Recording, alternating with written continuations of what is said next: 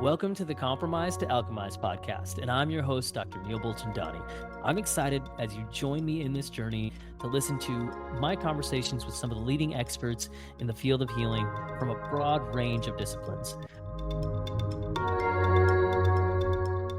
Greetings and welcome to the Compromise to Alchemize podcast with Dr. Neil Bolchandani. In this episode with Dr. Janelle Lee, we go into her experience within the field of dentistry, and we also, and I'll share a little bit more about her, but we also go into her attendance at my Floor to the Mouth tour training in Phoenix, Arizona earlier this summer, and our collaborative care that we've had the fortune of doing with a patient. So let me touch on a little bit more on Janelle, and I just know you're going to enjoy some of what we shared. Most of all, just Janelle's story. We talk about intuition. We talk about inner knowing, and how that's really informed her and her practice. We talk about some of those that she's learned from, and some of those we know in the field together that we are also aware of. And but yeah, so and where she exactly is located is in Chandler, Arizona. She's a board certified pediatric dentist, airway advocate, provider of early palatal expansion and tethered oral tissue releases. So she's stepped away from her role at Bloom Pediatric Dentistry to now, after founding and creating Elevate Tongue Tie and Airway Center, to really focus on helping kids and adults get that optimal oral and whole body health. She's really an educator for families. She's an advocate for families, living out this principle of breathing well, living well. She's been in the field for 17 years. And yeah, what I really love is that she has a desire to learn, continually seek out more. She wants to do a craniosacral training potentially, but we're also talking about more in terms of learning more about the floor four and what I've taught. Um, and yeah, I would say there's just a lot of gems in this. So even if you're not in the airway field, we touch on nervous system regulation and again, intuition, trusting that. But we also talk about a shared patient. And then she also reveals to me something which I know that she said was okay to share, but she prioritizes the one person so much, meaning even after she had officially sold and shifted towards the Elevate practice, she had the person's name written into the lease to make sure that she would be able to be the person who did that procedure for that patient, because of course that's what she planned for and that was the plan. But anybody that knows business and logistics knows that it could be a lot to actually make that happen.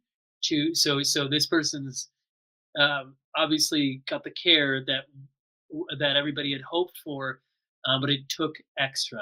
And what guides that extra is compassion, but what guided that compassion is seeing the family, recognizing what that family had been through. And so again, it goes back to the people, not necessarily me saying Dr. Lee wanted to be recognized for this, because we actually didn't mention it on the podcast, but I wanted to make sure I highlighted that drive that she has to really go after what's really going to benefit the patient and the family. So please tune in, enjoy. Look forward to hearing your comments. Okay. Well, Janelle, I'm really excited for our discussion today. So happy to have you here.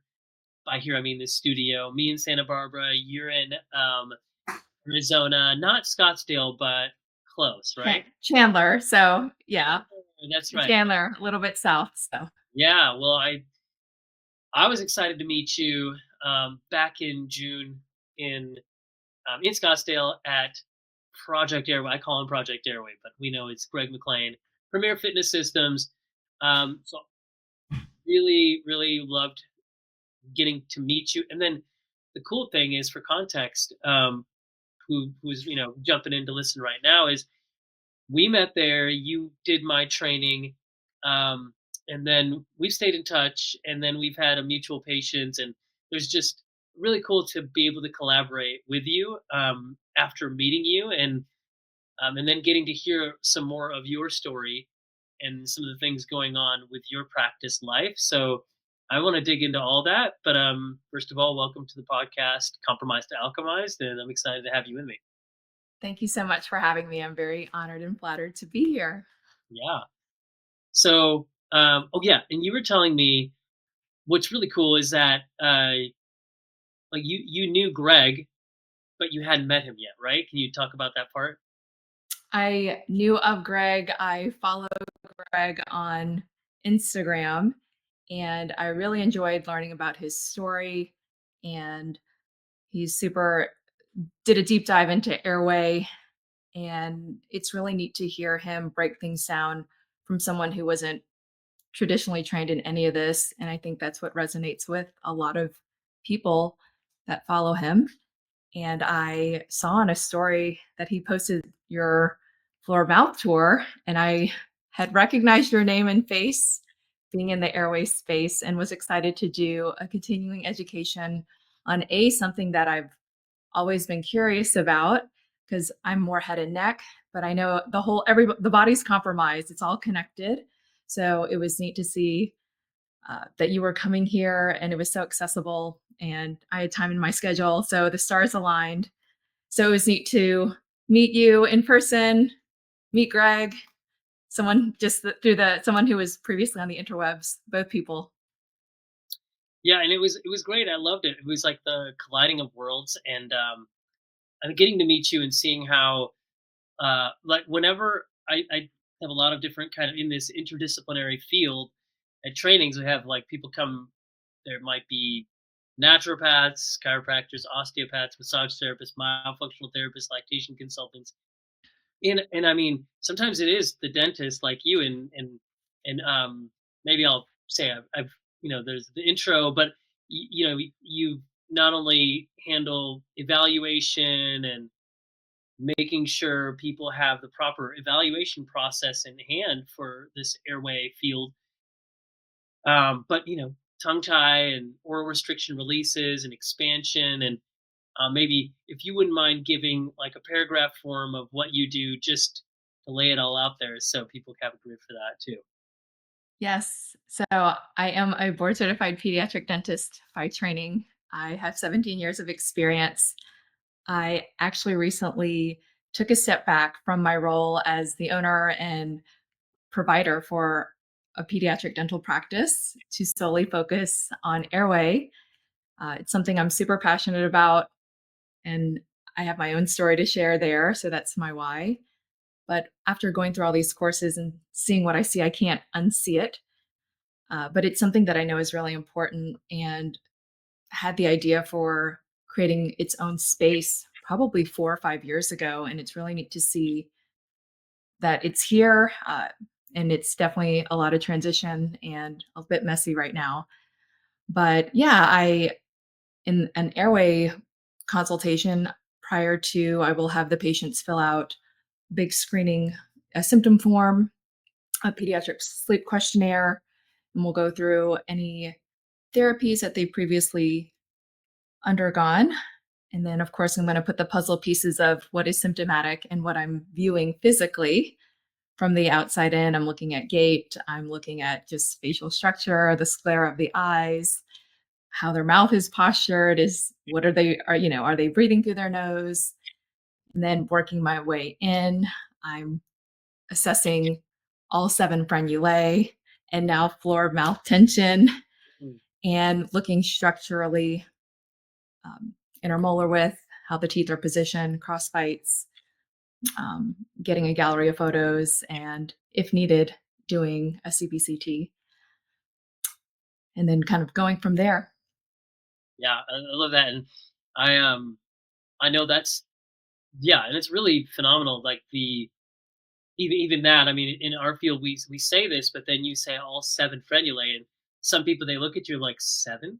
And I'm like, "Yeah, you have 7 potential areas that could be restricted. And but yeah, I love that you, from that field of expertise and what you know, you came to the floor of the mouth tour training, because a lot of times it's really about the hands-on work. That's why people come. um, so some dentists reach out and they're like, what would I do with what I learned?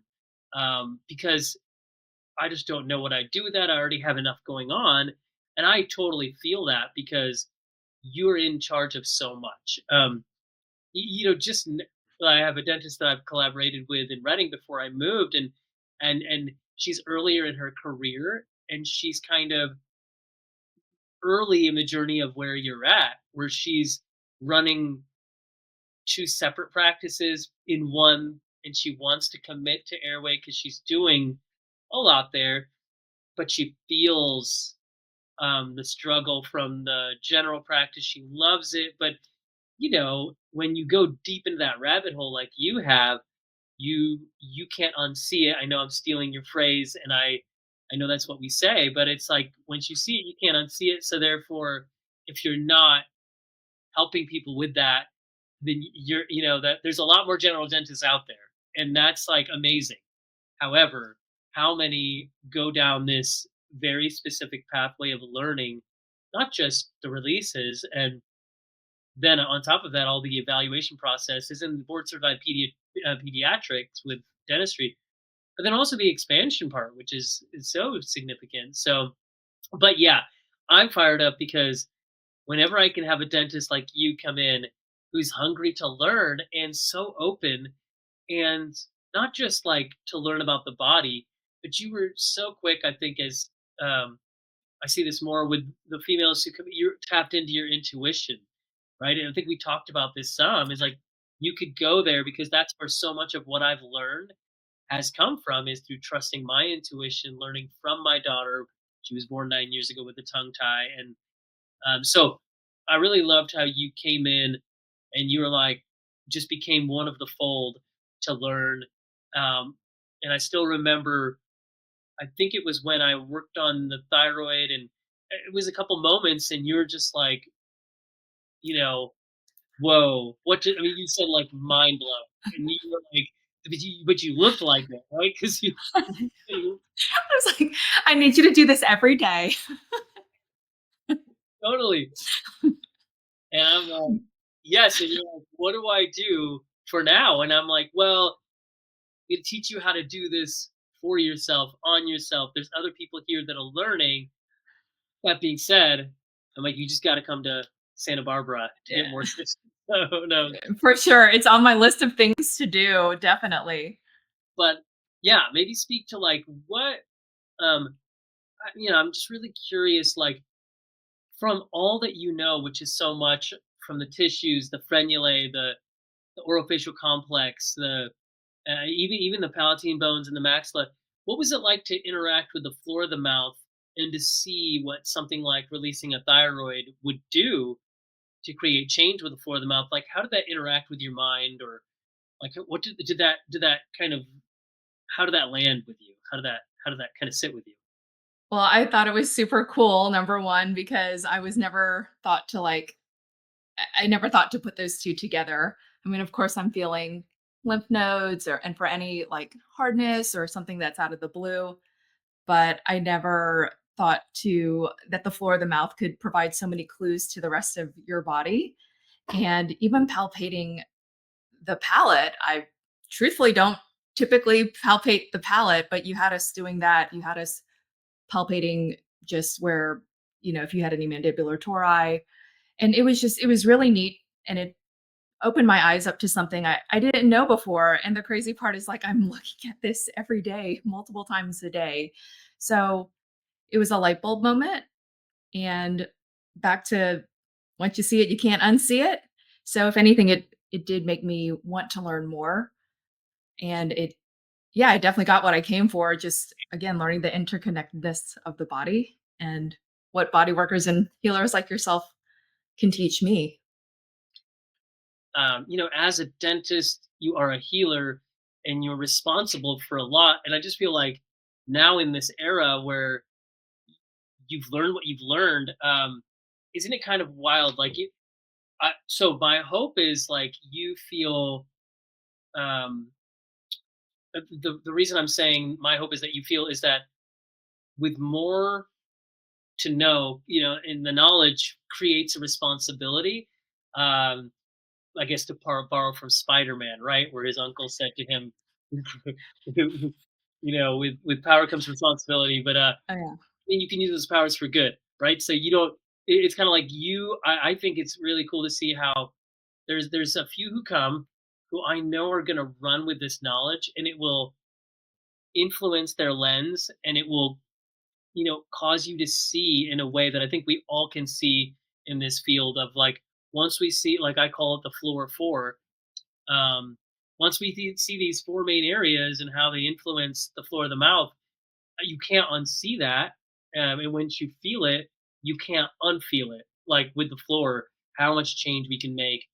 Um, and so then, I know that you're not going to be doing body work on all the patients who come in because you have too much else.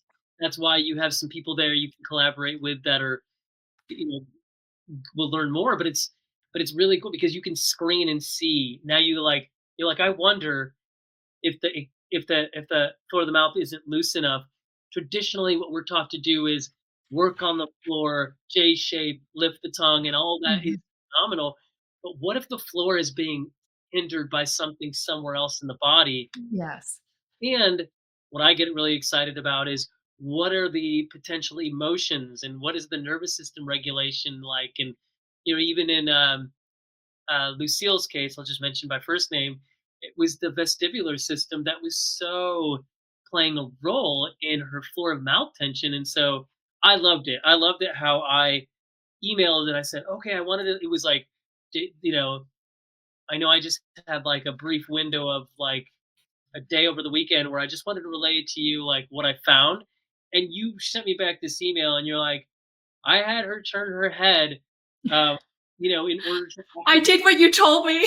I'm like, that's so cool because you could look at that as good info and I'll see what to do with that or to do it. And I was just honored that you saw what I wrote and you carried it out because I saw such a specific thing that was happening with the floor of the mouth that if her vestibular system was engaged, that would loosen the floor. And that is flipped to what usually happens when somebody has a challenge with their vestibular system. So, but you were like, you read what I saw as a wrote and you did it. And I love that. So I just think it speaks to like your willingness to know what you don't know, learn what's beyond the borders because you already have so much training. So um, I'm really excited that you were able to come, and I want to continue this conversation with you and just keep in touch about cases, even if I'm not seeing somebody in your cases. I love helping to problem solve, and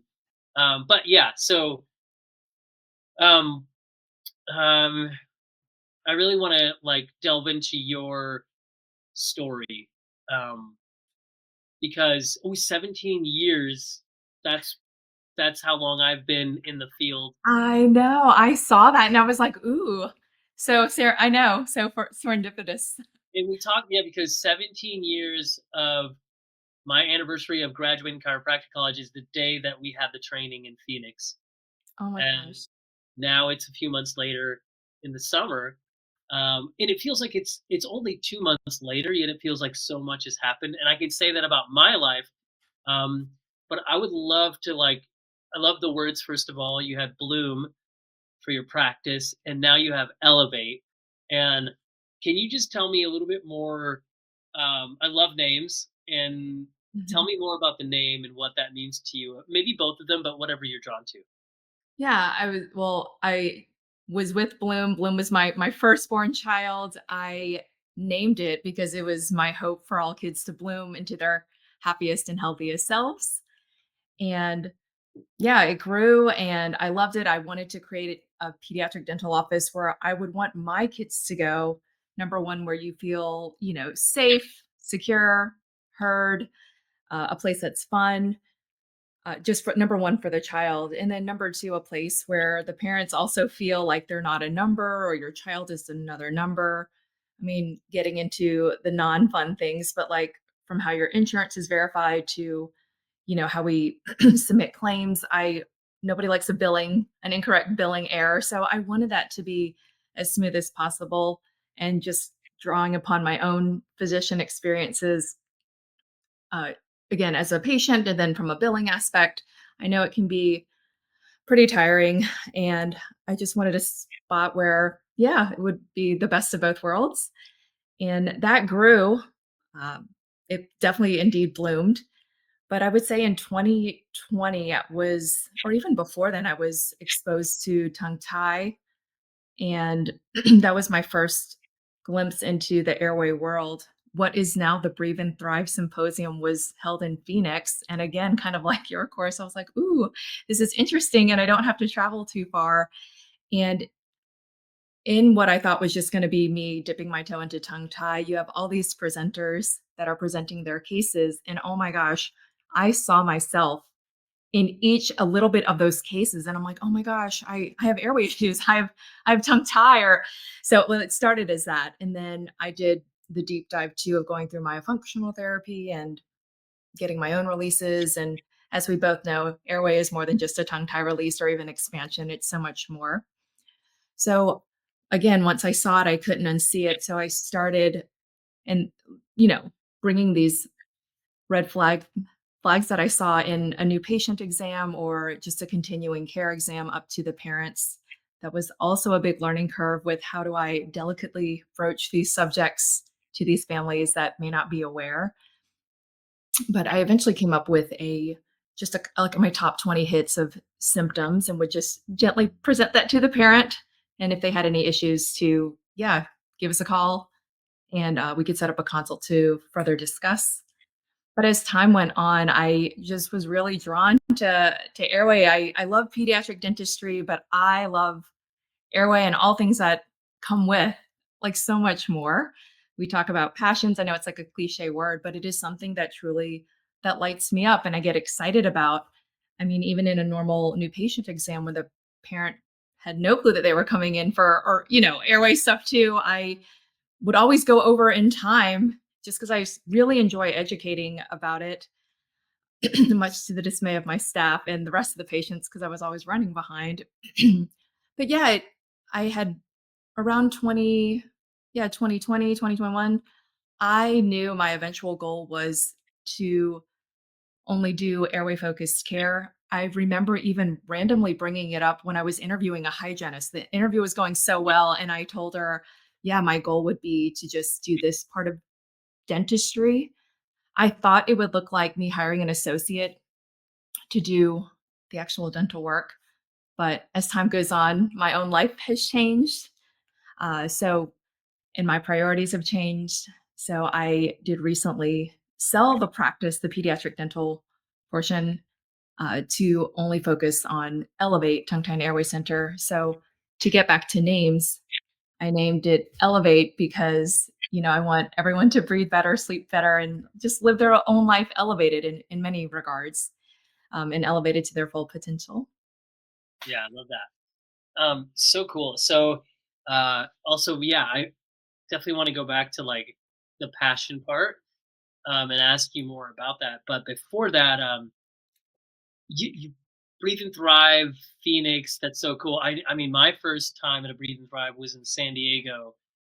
Um, was it 2024? That's when I presented at that symposium in San Diego. But I've totally missed San Antonio the year before, and then I don't even know where the other ones were. But so who did you hear? Who are the few of the people that stood out from the one in that you saw in Phoenix?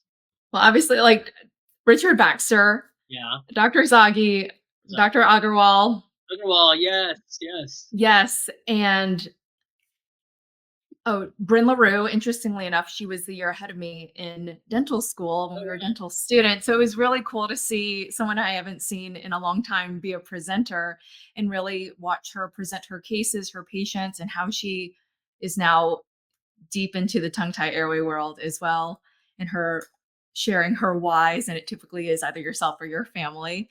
So that was really neat there too. And there was also someone from LSU dental school that I saw there. So it was really neat that this continuing education that I kind of stumbled upon what I ended up seeing people that I knew. So kind of serendipitous there. That's so cool. I Uh, mean, yeah, now and we're getting, like, really, like, anybody who's, like, knows what we're talking about, they're like, "Oh, yeah." If any of you don't know the names that we're throwing out there, um, maybe you will, but if you're, these are some of the ones that we're, peers and learn from in our field. And Rajiv, we were on the phone talking, and he so wanted to attend the Floor to the Mouth tour training, and he was just getting on a plane to go to India. So we have conversations going about how to help him and his practice carry the Floor of the Mouth training. And so this, but yeah, I saw him at the symposium that I went to, and I loved it. A pediatrician who is that fired up about airway. There's not many. Dr. Eric Galindo, who I've interviewed on my podcast, he's a mhm, pediatrician from Guadalajara, also has that fire. Um, yeah, so you want to come back to you about, like, this is good. We have these people who we see are sparks. Whenever Baxter and Sarush, Richard and Sarush talk, they're always like electric, and I'm always like, yep, this mhm. see their passion. Behind the passion is the purpose, right? And behind the purpose is a conviction. But um, more, I want to ask you the question. I said I always love to ask people, you know, what is your why? And but more, what is your personal legend? And just for anybody who doesn't know what that term means by now, if you haven't seen my reference to The Alchemist, Paulo Coelho, it's this part where the old king, this mysterious mythical king, talks to Santiago, the shepherd, and he says to the shepherd's in search of his calling, his destiny. He says, the universe conspires in your favor when you pursue your personal legend. And there's so many things that are talked about with a personal legend. And then I've added my own definition of that to say, it is what you are compelled to do, what you are called to do, what you are driven to do, what is your purpose. Beyond that, how do you know, like a legend on a map that has these points that show you it's like from here to there might be like 10 miles. And then you might see these symbols that tell you like trees over here, or, you have your navigation systems, so to speak. How do you know you're on track with your personal legend, or how do you know that you're really keyed into that? But I just feel like from our conversation, the email you sent me, catching me up to speed on this big like news of the sale of that the bloom, and you fill me in on, I think you're exuding. You're so in your personal legend right now. But I would love to like dig into in this chrysalis phase, the butterfly forming, which I is love that. elevate, right? You're in the I said this phrase when we were getting married, my wife and I, which we celebrated 12 years this last weekend, or 2 weekends ago. Right before we got married, we were on the precipice of the chrysalis. And we were on the Mhm. precipice of entering into the chrysalis phase of our relationship, which was becoming something new, both of us, than we were before, which was two separate people becoming one. So tell me, like, what comes up in your heart and in your mind when I ask you, what is your personal legend? What really speaks to you about Well, when you say that, it's to your point, you mentioned like a legend on a map. And I think it's doing what I really love and what I'm passionate about. And I know I keep saying this, but it's very, trite and cliche to say, but I do feel really blessed that on top of loving pediatric dentistry, I found a separate niche that I just really lights me up. I think it's evident even to my staff that, just the change in energy, and I feel more uplifted when I talk about these things, or educating parents and kids that are willing to listen. So it is really neat to there's like an inner knowing too, if you're in tune with all of that. And there is a deep inner knowing that I've known for years. It was just finding the courage to do it, right? And again, I had an unction 2 years ago to really like let's think about this thing. And after getting married and really digging deep, I want to have a family. I'll be very honest, I'm going through IVF right now, and that's a whole nother journey. Yeah, it's just been more signs and more guideposts or Karens pointing to this is where I need to be. The scary part is it is messy right now. I'm figuring it out. Like any transition phase, it's you have an idea of how it's supposed to look and things don't always go as planned, such as life. And then you ask like, how do I know? Besides, like, always keeping that inner knowing because there are gonna be a lot of curveballs and there are gonna be like, I'm experiencing even now, I'm supposed to be resting, but there's things aren't quite so easy behind the scenes with getting Elevate to a final location and all of that and staffing. I am I would say it's, um, what I call, like, God winks or God shots, these just little signs too, and I know it's super woo-woo or whatnot, but I I love getting or I'll pray for signs, so just super random. I knew that the practice was gonna close on July 31st, and I had seen a random post on social media where a lady had mentioned that her husband was gonna be ending his job on July 31st, so it was little things like that. I know I mentioned this in a social media post, but with the number 7, I was telling my massage therapist about my plans, and she was like, "Oh, like how fortuitous! This is like a closing year. 2025 is." I was like, "Oh, I didn't know that." And then when I thought about it, I'm like, "Oh my gosh, this is the 7th year."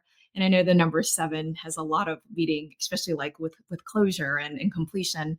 So it's little signs like that too, that or I call them little Karens because I like to hike. The little Karens that kind of show you that you're on the right trail. I look for things like that as well. I love that. Yeah. No, I remember that post, and I think there was something that struck me about your post. I know you mentioned the number 7, and yeah, it's been a significant number for me, but it's really wonderful when you see that significance at a specific time, and it can kind of lend some additional affirmation to like where you're at. So, but I love how you mentioned this word inner knowing a couple times, and then you also mentioned the word unction, and to me, I think those are such telling words of like you. It wasn't like cognitive or just logical.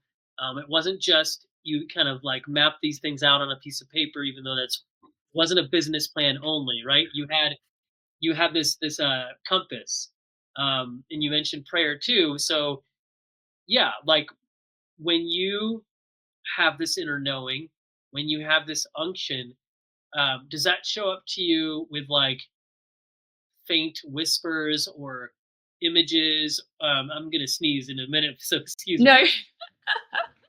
bless you. Blessings, blessings. Thank you so much. So, um, you know, are there ways in which these inner knowings and these unctions show up to you, or and is it through words, through images, or is it change every time? I would say it's different every time. It always catches me off guard, but if I had to sum it up, it is a feeling. It's a feeling. It's I know you and I talked about that. We're both really intuitive. It's something I've known, but it's really neat to tap into what it is to be someone that feels deeper. Again, there's a blessing and a curse that comes with that, as you know. But also too with my own personal therapist talking doing EMDR therapy, a lot of this is like somatic and what you feel and really honoring that. So is like visualization, manifestation, it is incorporating your senses and feeling. But I would say it is a feeling. It can be a thought too. Um, I wish it was the big audible voice or the big glaring sign, but it's not. But I would say mostly a feeling, a sense of peace. Not that there's like 100% peace all the time, but there's just like that inner, like a deep seated, like there's more of a peace.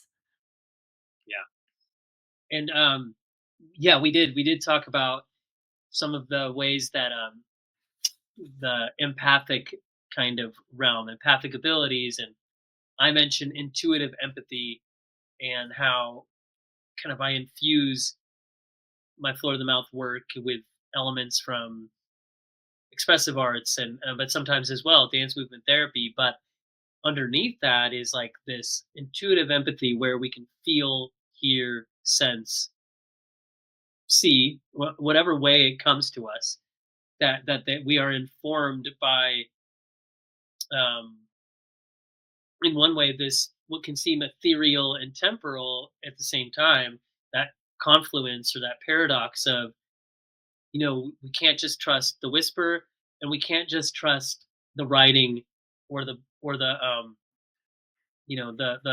by the book. We need this like interesting combination of them to help us get to where we couldn't go if we were following a recipe. Because as you've seen, um, even though we have great mentors, and then you have people who've looked up to you, every single person has a different story, a different journey. Nobody else has opened up Bloom, and then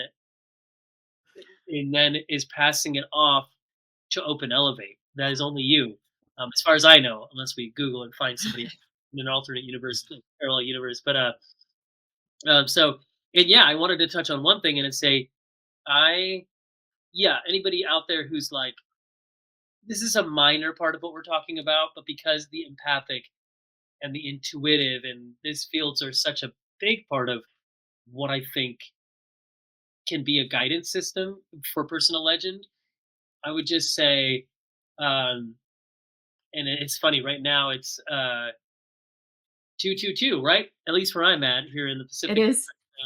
So, um, and yeah, there's a coherence, a harmony. There's twos, two being together. But I do think that so when I see and feel what people feel, there was a time the other day when somebody came in and this mom brought in her baby and was worried about how the baby was doing after a little bump, a little fall, and I started to get a really significant headache. And so I'm like, oh, this is a different kind of headache. It doesn't feel like mine. I asked the mom, do you have a headache right now? And she said, no, I did yesterday though, and it was really bad, but now I don't. And that little baby had fallen, hit his head. She was really worried about him. And she's like, is it his? And I was like, you know what? I don't think his head's hurting. Let me check. And he doesn't seem to be responding like it is. And again, I'm going to say something that's hard to confirm, hard to clarify, but I said, I really see he's picking up your concern for him. So we talked about it. And after we talked about it, and she realized like her look towards him of concern was all this tension in her face, then I checked him, and not only were his cranials looser, the floor of his mouth was looser. Oh my Just gosh. verbal, saying it out loud, validation of what we found. So that's how the empathic field works when I'm working with patients is I'm like, I feel something. Is it me? Maybe. Is it her? Maybe. Is it him? Or is it him picking up what she was thinking about him, and it wasn't about him bumping his head on the little area next to the bed? We don't know. All I know is if validation of someone's pain can make it go away, thank God, because that's sometimes we don't need all the answers, we don't need all the technique. I didn't have the right cranial technique to get rid of his pain. The mom's voiced it. So I just think we like the words intuition, but you would unction, inner knowing. It's this feminine operation. We need that feminine place to rise up more, especially in airway and feeding. I'm on a mission to stop having it be this masculine only thing where we're trying to like change structures, make things look a different shape, and get in there. And I'm a big fan of all of us in the airway field, but we need your voice more. We need men to be more, have their feminine voices show up more as well. But to honor the feminine voice, to honor the intuition, to honor that inner knowing, that takes us to where our techniques can never take us. And I see that every day in my practice, where I'm like, if I was using the best technique on the planet, whatever that is, because it's might be craniosacral, it might be floor of the mouth, it might be osteopathy, it might be chiropractic, it might be rolfing. I'm like, whatever those best techniques are, didn't work. So what's next? And that's where we just go into that place of trusting intuition. So, um, but yeah, I love that you have that like navigation system that's carrying you along this journey of your personal legend.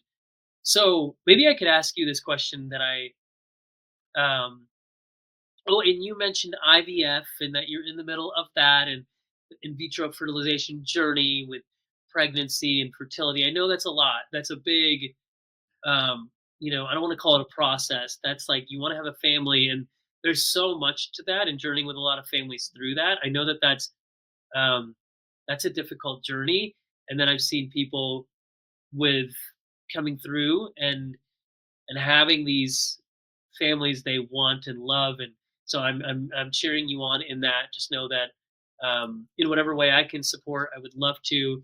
Um, but you are so much on the precipice of a chrysalis, birthing, elevates growing up, right? I know.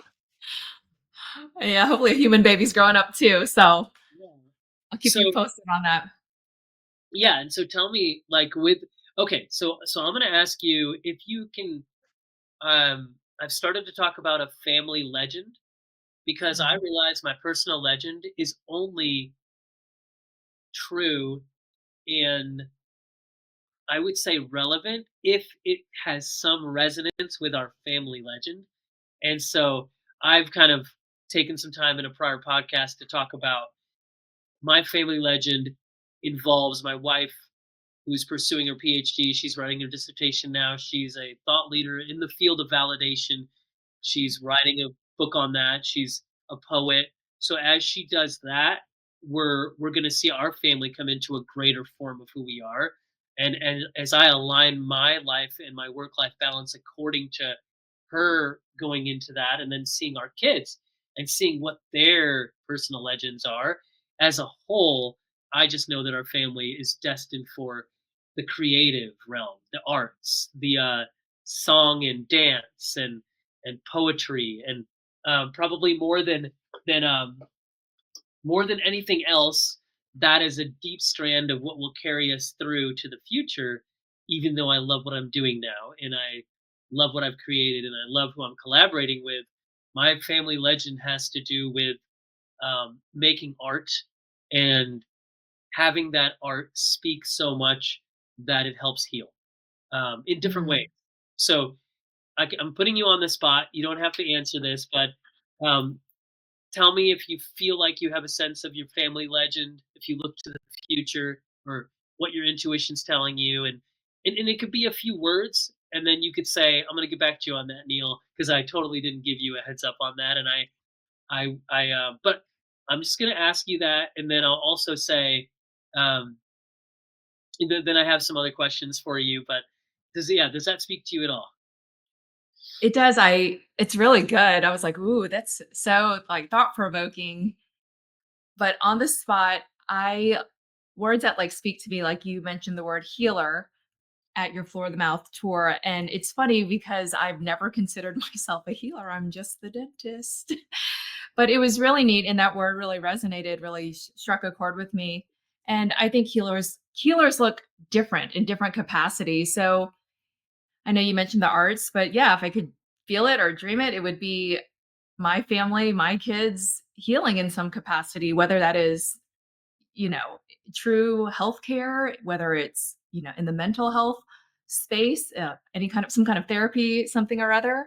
But that's, I guess, the first words or thoughts that are coming to my head, although I've never really thought about that. So I'll have to think about it some more. Yeah, well, But if I'm just gonna say, I think that you're. I really see that you have a tenacity, and you're building something, and I know the family you sprout like a tree is going to be one of such great strength, and I just think that whenever you spread your interests and your curiosities, and you see your family as healers, and you have these values of nervous system and looking out for people and their emotional needs, and just what we talked about in our time there at the training and even in between. um, I think you have such those elements of an advocate, and and then uh, that tenacity that it takes to make dreams happen, to materialize, manifest them. It's not a small thing, and I think that uh, that tenacity is something that we're you know you're seeing play out, and it's inspiring. So keep it up. And then I can't, because I get excited about, like, as we fast forward, I don't know, like a couple of years. I mean, I could just see with you synthesizing what you're doing, and even as the for the mouth work and other things make more sense, um, you'll there'll be some really specific things that you're going to be contributing to the field, and I'm excited. I'll be watching out for that because um, I don't know. I don't. I think there's too much ahead of you to say, like, there's some provocation, and I know out of, like, the Phoenix area. You're in Chandler. I've been there once. Um, this high desert area. There's such a mixture of both, like, creativity. The arts are really kind of were evident when we went there, but we're also seeing, like, the pioneering that was in California is happening there too. And so you have this, like, I guess, this area that those of you that have settled there and you're raising your families there, it's like you're learning to live in the heat, live in the fire, and and make something that I think there's I don't know why. In one way, I know I was drawn to Phoenix for a specific reason, but it's such an epicenter. Like, if I look and see those of you all who are in that area, I'm like, from Kara Rick to Greg McLean to you to I know Janine, and then I think Kat, the myofunctional therapist. And then Mhm. others. I'm like, you guys are doing something serious there. So I'm gonna stay tuned to the Phoenix region because there's a lot of excitement that you guys are doing locally there. But okay, so what I want to do is ask the question of, um, and part of this is, like, I hope you're okay. I'm kind of like connecting with different dentists who I think are really out of the box thinkers, and who understand the floor of the mouth work and what it means when you don't have it versus you do have it. And could you speak to that? Could you speak to, like, what is there a main difference about the way you think now versus how you thought right before the training? And what would that biggest difference be? To be honest with you, with the training, I really didn't know what I didn't know and was coming in with like eyes wide open and just really wanting to be a sponge.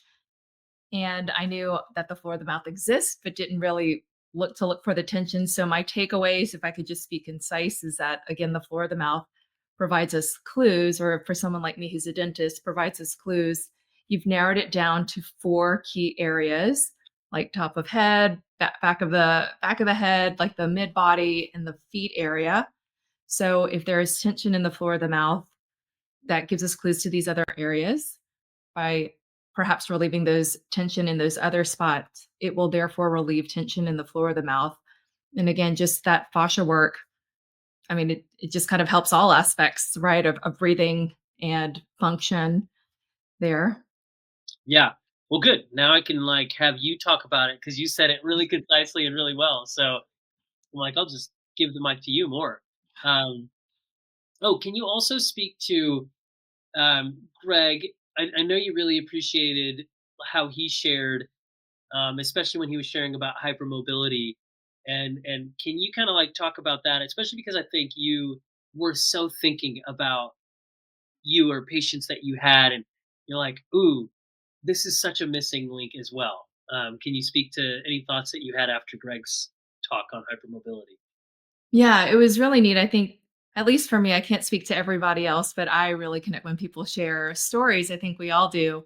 But he talked about his own journey with hypermobility, and we had the other trainers there too, talking about their own.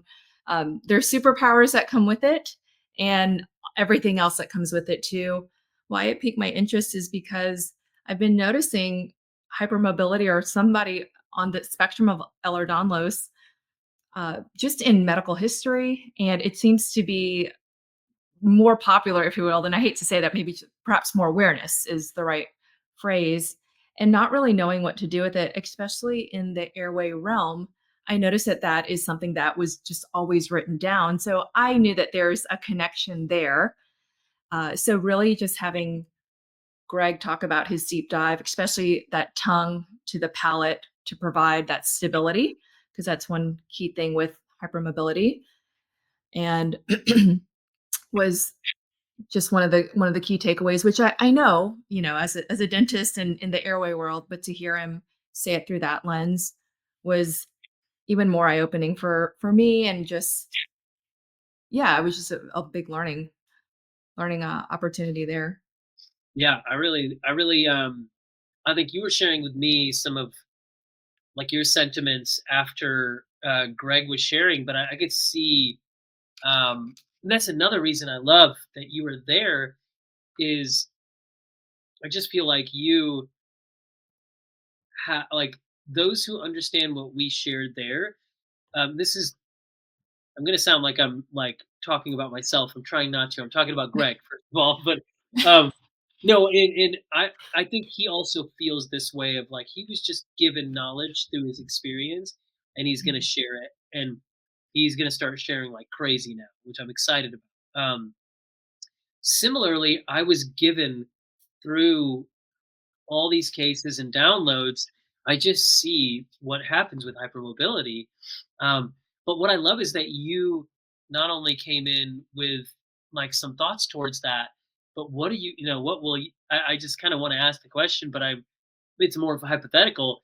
It's like, what are you going to do with this knowledge? You just came out of this training, and I feel like we do have a lot of work to do in our field of like covering some of these topics that people can be told if you have hypermobility or Ehlers-Danlos or the spectrum, you need to avoid certain things.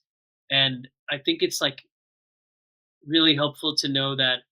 But if we can shift the whole body, like Greg talked about, and we can work with the floor, like I talked about, we can bring so much stability to people that they don't have to suffer so much and they don't have to be relegated to highly unstable, that they might be really great candidates for airway centered care as opposed to what they're often told or what the worries are that they're not going to be able to handle a tongue tie release, they're not going to be able to handle certain aspects of that. But yeah, I kind of want to know if you could like say how with you kind of with this info, I look at you as like a Swiss Army blade that has dentistry, it has releases, it has understanding about expansion, and now we add the floor of the mouth, we add hypermobility understanding. Like you have so much. So what do you feel like that is when you see people and you're evaluating them? Um, like how is that going to influence how you manage these cases? Yeah, I mean, hypermobility stuff is still something I'm learning a lot about. I'm very obviously open. I'm the sponge there too. But I would guess to sum it up, knowing you're right, knowing that there is hope for these patients. I actually have several younger ones that I've referred to Greg. And that's the first thing that these kids will tell me is like, oh, I can't do this sport or that sport because of, I have a joint issue, or I try to just do swimming, but I want to be part of a team. And they don't feel like swimming is as much a team sport. And that really just like crushes me to hear that they feel so limited. But I think also too, again, I wish I could be like a chiropractor and a physical therapist or a trainer, but there's only so much time. But also just having the knowledge to know that, hey, it's how you stack your joints. It's being smarter about working out. You can live a very full, active life. It's nice to be able to point people towards someone like Greg, or just really, I'm starting to learn more people that either have some type of hypermobility condition and have done the deep dive, and then also knowing that there are possibly some airway issues or joint issue, like TMJ issues as well. Really focusing on that myofunctional therapy piece with them getting tongue up to palate and just to create a more stability from the center there. But I also know it's not just a tongue tie release and myofunctional therapy for those with hypermobility as well. But I guess to sum it up, and knowing that there are resources that can help them live their lives elevated. That's your dog. That is my dog that's barking. Do you hear them? What's your dog's? How many do you have? I have two. One is Bagel because she's a cattle dog mix. Okay. So she looks like an everything bagel. They're both girls. The other one is Murphy. She's a beagle mix. That's So yeah. cute. That's cute. Okay. Cool. Well, they're telling you either great work, you're telling some gold, or they're like, hey, we need something. So, um, It's the Amazon guy like driving oh around. yeah, They like to bark at him. yeah. Well, yeah. I feel like um, there's there's a lot to kind of unpack with kind of these topics, and even the hypermobility part. It's in mod 3 complex cases, but I guess to like come back to the word complex, come back to the word compromised, and where this podcast came out of was just walking around, you know thinking these words of like, how can we go from like a compromised airway to an alchemized airway? In this world with all the problems, with the ever increasing issues, you can start to feel like it's an overwhelming thing. And then I was like, well, first of all, it's a nonlinear journey. It's alchemy is turning lead into gold, and that's not linear.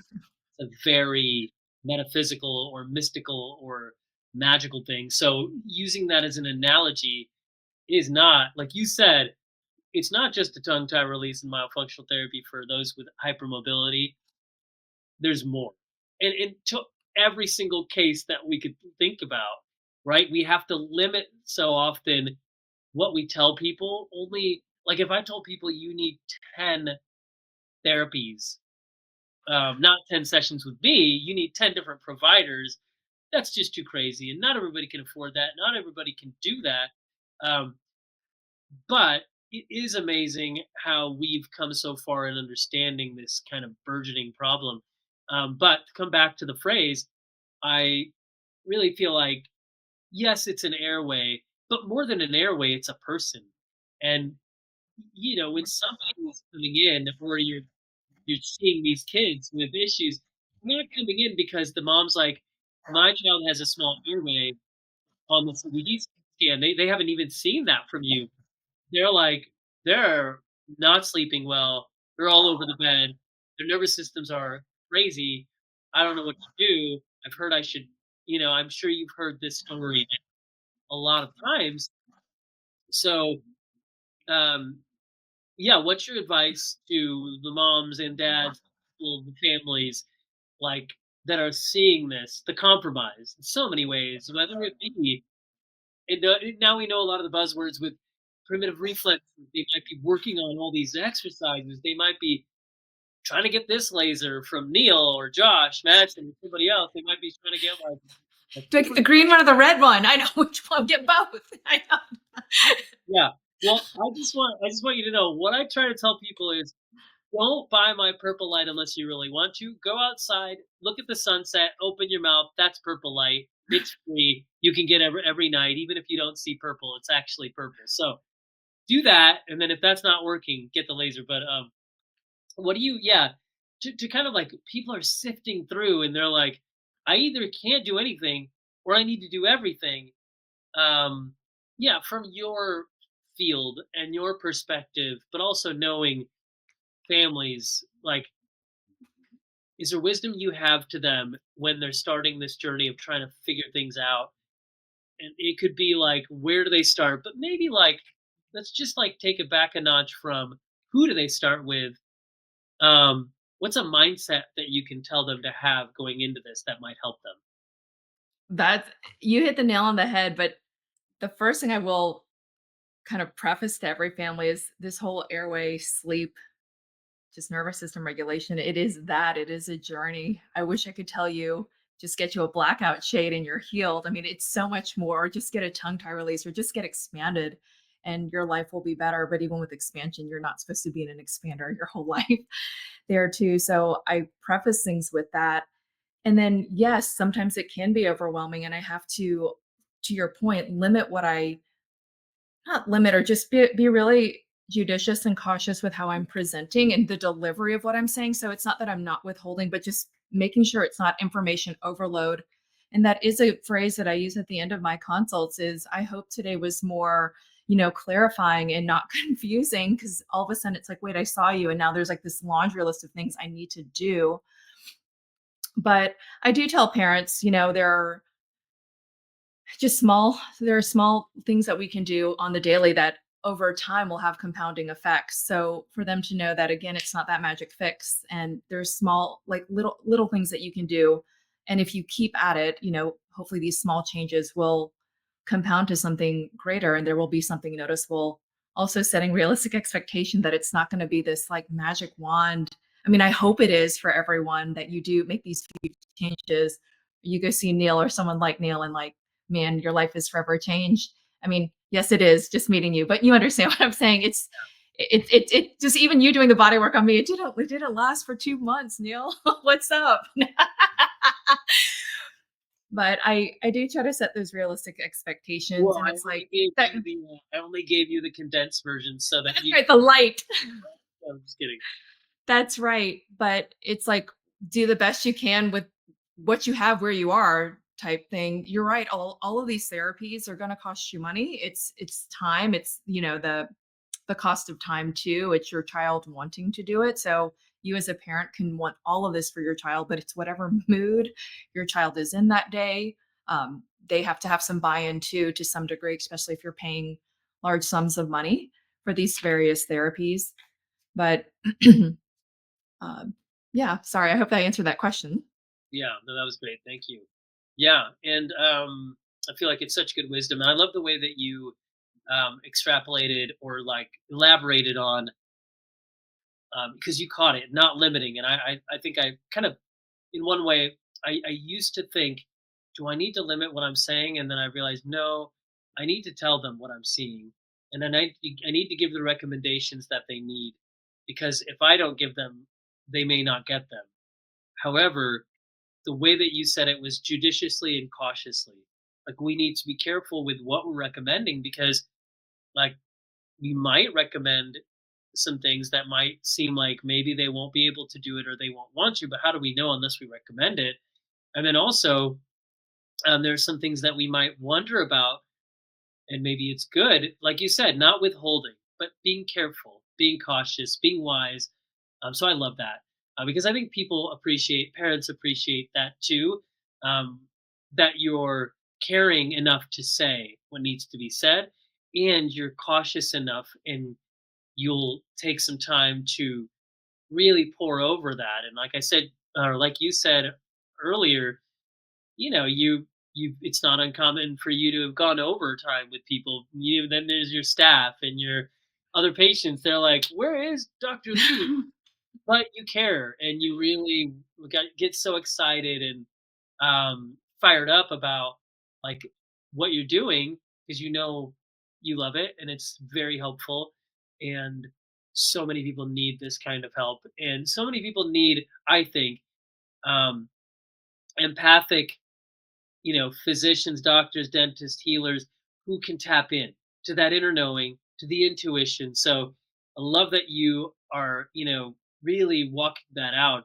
And that I think is going to be inspiring to a lot of people who might be, they're doing things really well and that's fine. But do they listen to that inner knowing? Do they listen to that unction? So I hope that's really informative as well, whether it be a practitioner or a parent, to trust that intuition and unction, because I think it's really good that we can inspire people in that. So I appreciate you inspiring our people.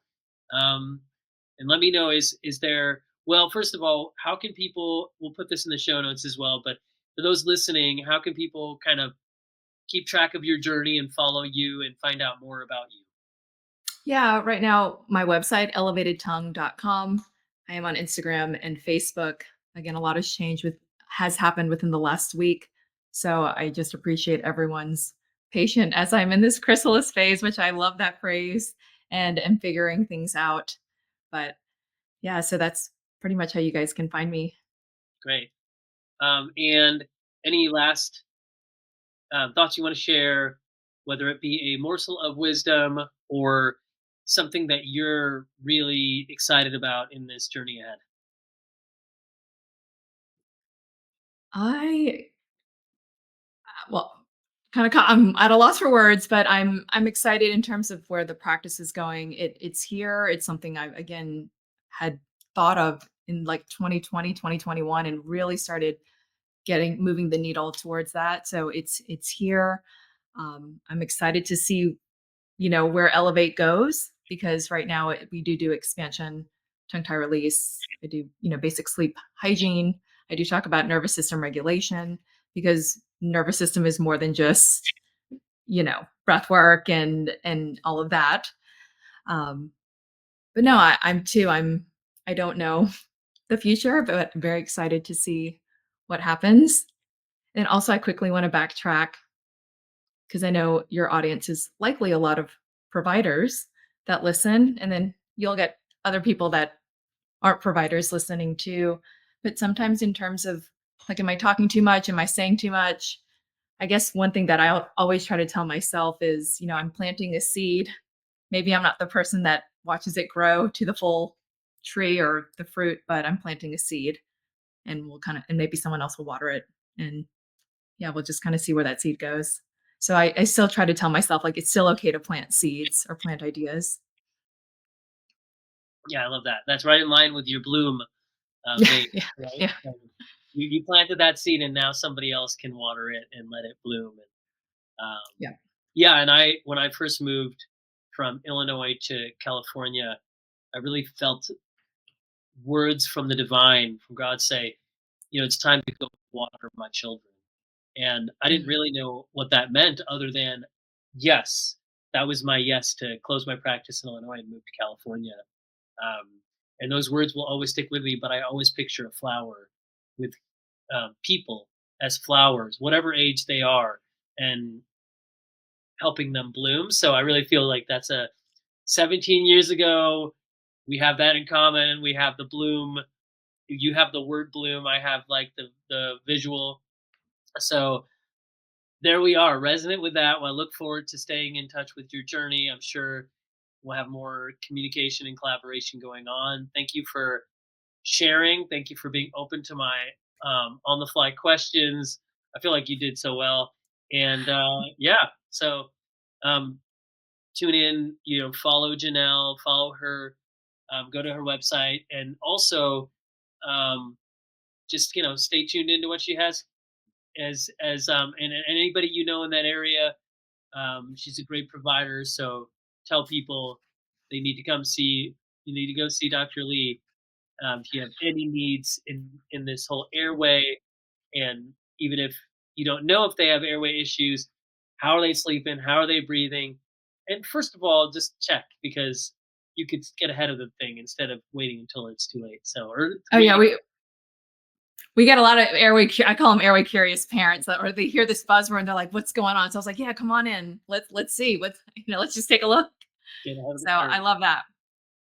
Well, thank Okay. you so much for having me. I'm such an honor, such a pleasure to see you on your podcast, the one I listen to. Yeah, you're here, and you're gonna be inspiring a lot of people.